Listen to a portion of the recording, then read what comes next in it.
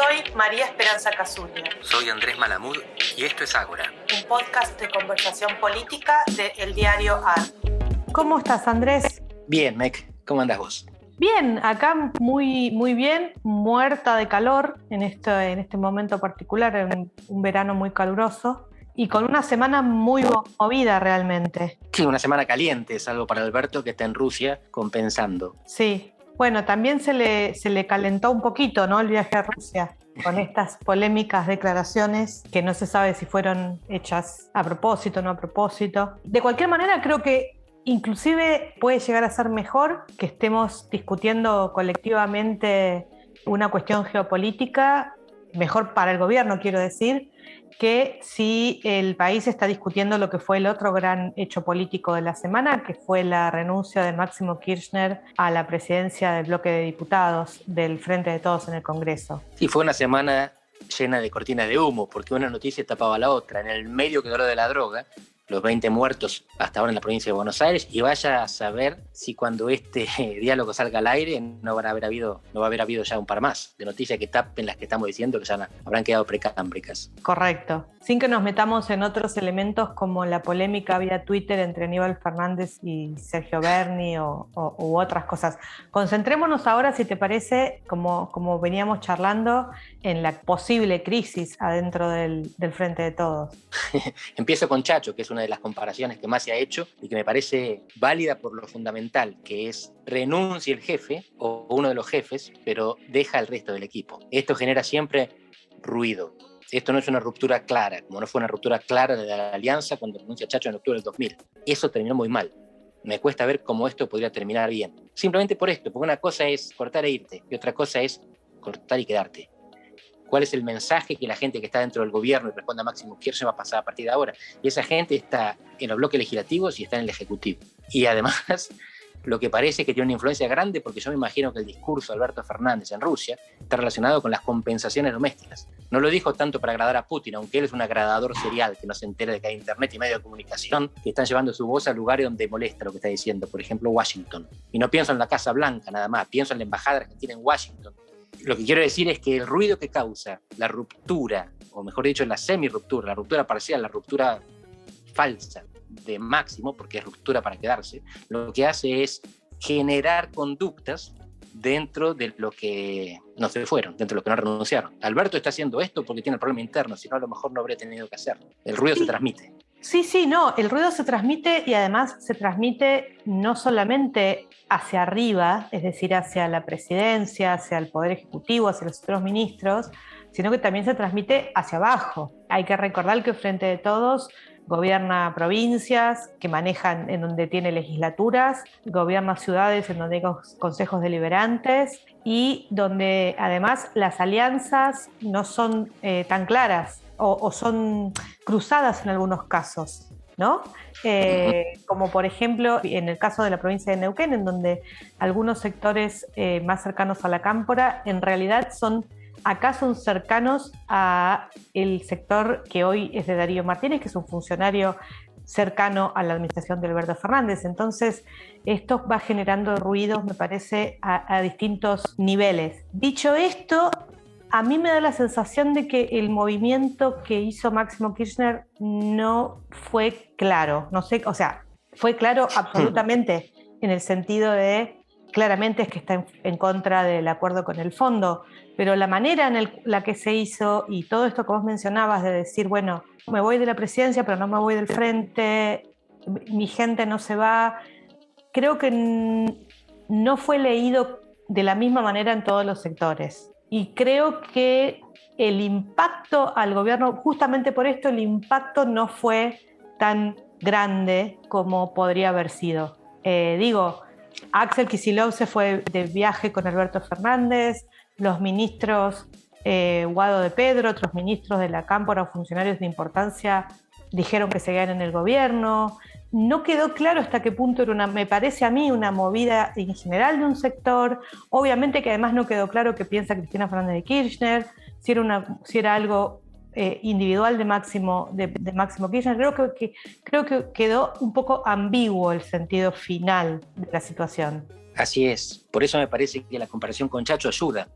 Yo no creo, y me parece que nadie argumenta, que el gobierno de la Alianza haya caído por la renuncia de Chacho o por la ruptura de la coalición. Así que acá lo que estamos enfrentando no es una ruptura formal de la coalición. No es eso lo que voltea o complica a un gobierno. Lo que complica al gobierno es el ruido.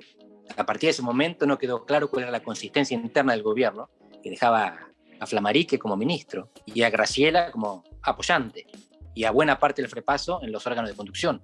Mucha de la gente que hoy es kirchnerista era secretaria de Estado, por ejemplo, sobre todo en el Ministerio de Justicia. Lo que generó es mal funcionamiento del gobierno a partir de entonces. No fue ruptura de la coalición porque el Frepaso se mantuvo adentro. En el caso lo mismo. Guado está adentro, Kicillof está adentro. Y es interesante lo que planteas. Está viajando con el presidente en este momento. Alguien en broma decía, si hay un divorcio entre Alberto y el kirchnerismo, ¿quién se queda con Axel? No, hoy se lo está quedando Alberto, es notable. Y quizás esto está dentro de los planes que ambos tenían, que es reelección. Reelección para ambos, solo que en ese momento, hace unos días, reelección para ambos parecía ser la continuidad del acuerdo entre Cristina o la aceptación de Alberto por parte de Cristina. Y ahora quizás sea contra Cristina, o a pesar de Cristina, o Sí, por lo menos contra Máximo. y me parece que acá además aparece una cuestión que muchos de los análisis tratan a Cristina y a Máximo como lo mismo, como si fueran una única persona, ¿no? Y queda muy claro que obviamente son un tándem, que hay alineación, pero también es cierto que Cristina Fernández en muchos sentidos, digamos, cumplió sus objetivos políticos. Fue, como ella misma lo dice, fue electa a todo en la Argentina. Mientras que me parece que Máximo tiene un problema en el 2023, que es que no tiene un lugar ejecutivo a donde vaya él de candidato asegurado, ¿no? O sea, Sí. podría ir a gobernador de la provincia de Buenos Aires, pero lo más natural sería que se reelija a Axel ahí. Podría ir de candidato a presidente, pero sería un salto, digamos. Y además también está la posibilidad de la reelección de Alberto, si todo fuera perfecto de acá a 2 años, ¿no?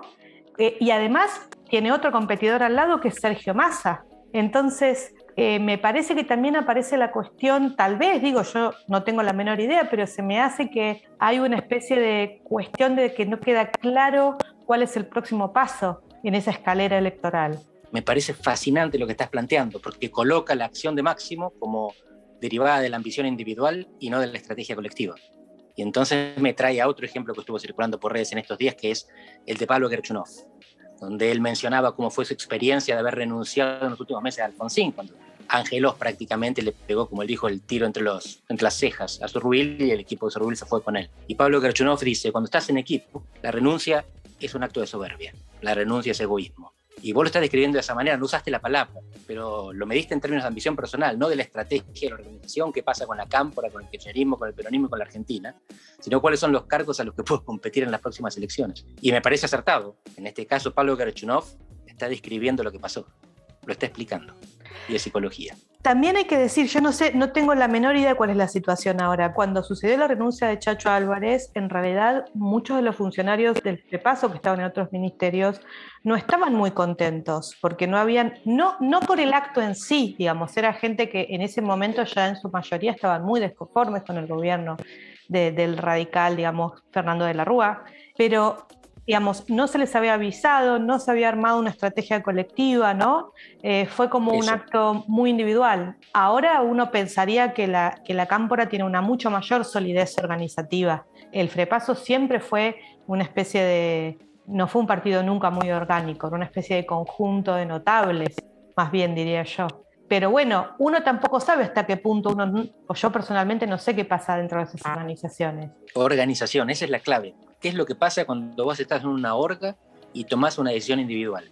Sobre todo cuando sos el jefe de la orga. Me parece que la orga se empieza a disolver, se empiezan a disolver las convicciones. Vos lo decías al principio, falta coherencia. ¿Qué es lo que hacen los militantes para abajo? Yo pensaba que es lo que hace el presidente para arriba.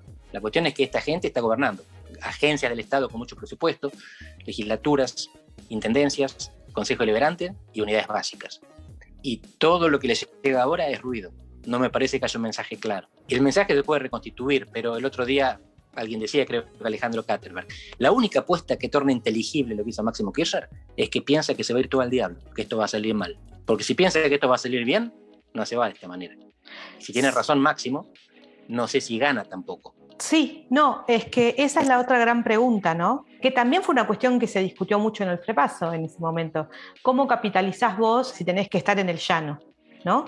Y me parece que por un lado, obviamente, la experiencia del kirchnerismo el kirchnerismo es una identidad política, es más que una organización, es más que un partido, sí. y demostró que tiene una masa que lo sigue aún en años de ostracismo, como fueron el 2016, el 2017, el 2018. Pero también es cierto que esto se va volviendo, creo yo, progresivamente más difícil en un contexto, si vos pensás un contexto de crisis de tu propio gobierno, ¿no? O sea, se me hace difícil pensar en la posibilidad de acumular y crecer si hubiera una crisis de tu propio gobierno. Sí, me parece que la ecuación es muy clara, la ecuación que hace Máximo. No podemos ofrecer resultados, vamos a ofrecer identidad. La cuestión es que la identidad del kirchnerismo hasta ahora estaba basada en los resultados. No es una identidad en el aire, es una identidad que se basó en mucha distribución, en ampliación de derechos, si lo querés llamar como lo llaman ellos. Y si no pueden entregar eso, entonces la identidad, ¿en qué se va a basar? Va a ser una minoría súper intensa, pero hiperminoritaria. A eso lo está condenando. Al mismo tiempo, a mí me da la sensación de que si yo fuera parte del Ministerio de Economía, les diría, bueno, aguanten unos meses que tal vez podemos mostrar resultados. O sea, vos podés pensar que lo que yo digo es absolutamente optimista, pero me parece que la narración es, bueno, solucionamos lo del FMI, el empleo viene creciendo desde hace muchos meses, desde hace varios meses, la actividad económica viene creciendo desde hace varios meses, las exportaciones van creciendo. Hoy no es un momento, obviamente, de auge, pero tampoco es un momento de catástrofe. Digamos, no es el 89, no es el 2001. También ahí hay una cosa que a mí me genera un poco de ruido, digamos. Es que está muy bien eso. Y la cuestión es, si acá no vuelve a explicarlo Pablo Krachunov, buena parte de esos resultados que se están viendo, podrían verse, vienen del albertismo. Vienen sobre todo del ministerio de Matías Culfas y la gente que trabaja con él. La economía real en Argentina rebotó. La economía financiera estaba en ruinas. En el Ministerio de Producción no te voy a decir que hacían fiestas porque queda mal en el contexto pandémico, pero celebraban los números y en el Banco Central se agarraban de los pelos. La cuestión es si no hubo de nuevo acá egoísmo y soberbia de no tolerar que esos buenos resultados vinieran de la gente que no era de la orga. Al contrario, la gente que los odia. Cuando uno habla en privado con la gente de los ministerios albertistas, las cosas que dicen de Máximo y de la orga son muy divertidas. Bueno, esto es alguna experiencia nueva, ¿no? Un gobierno peronista coalicional. Es muy linda la Argentina, porque las cosas que los libros te decían... Recuerdo el libro de Roberts y Levitsky en donde definen al peronismo como un populismo personalista serial, ¿no? Es decir, que con liderazgos fuertes, seriales, en donde pasó uno, después otro, después otro. Bueno, siempre supusimos uno, ahora hay otra cosa completamente distinta y que nadie sabe cómo se maneja. Así como del otro lado, del lado no peronista de Juntos por el Cambio, que siempre pensamos que era una cosa más partidaria, hoy tiene un liderazgo que está resultando difícil reemplazarlo o sobrepasarlo, que es el de Mauricio Macri. Entonces, la verdad que también es cierto que otras experiencias del pasado, yo no sé hasta qué punto son aplicables al hoy, porque esto que estamos viendo es un animal extraño, ¿no? Un gobierno peronista de coalición y sin liderazgo unificado. Pensé que hablabas de Máximo. No, Máximo me parece que es un jugador político como todos los otros, digamos. Digo, sí, el frente de todo. Un amigo me definió este gobierno al principio como un gobierno del Frepaso con las cajas intervenidas por la Cámpora. Era intencionalmente malo, pero una descripción que tenía algún sentido. Pero ¿qué queda si la Cámpora se va? Un gobierno del Frepaso. Eso no es un buen augurio. Bueno, hay un poco más, digamos. Uno puede debatir hasta cuánto más, pero hay gobernadores, hay gente que tampoco se tiene necesariamente un gran amor, ¿no? A lazos de afectividades conducentes. Sí, estoy forzando el humor para navegar la incertidumbre, pero en los próximos días vamos a ver cómo evoluciona esto. En cualquier caso, es lo que vos decís, Argentina nunca nos aburre. Bueno, te mando un abrazo, Andrés. Otro para vos, Meg. Besos. Beso grande.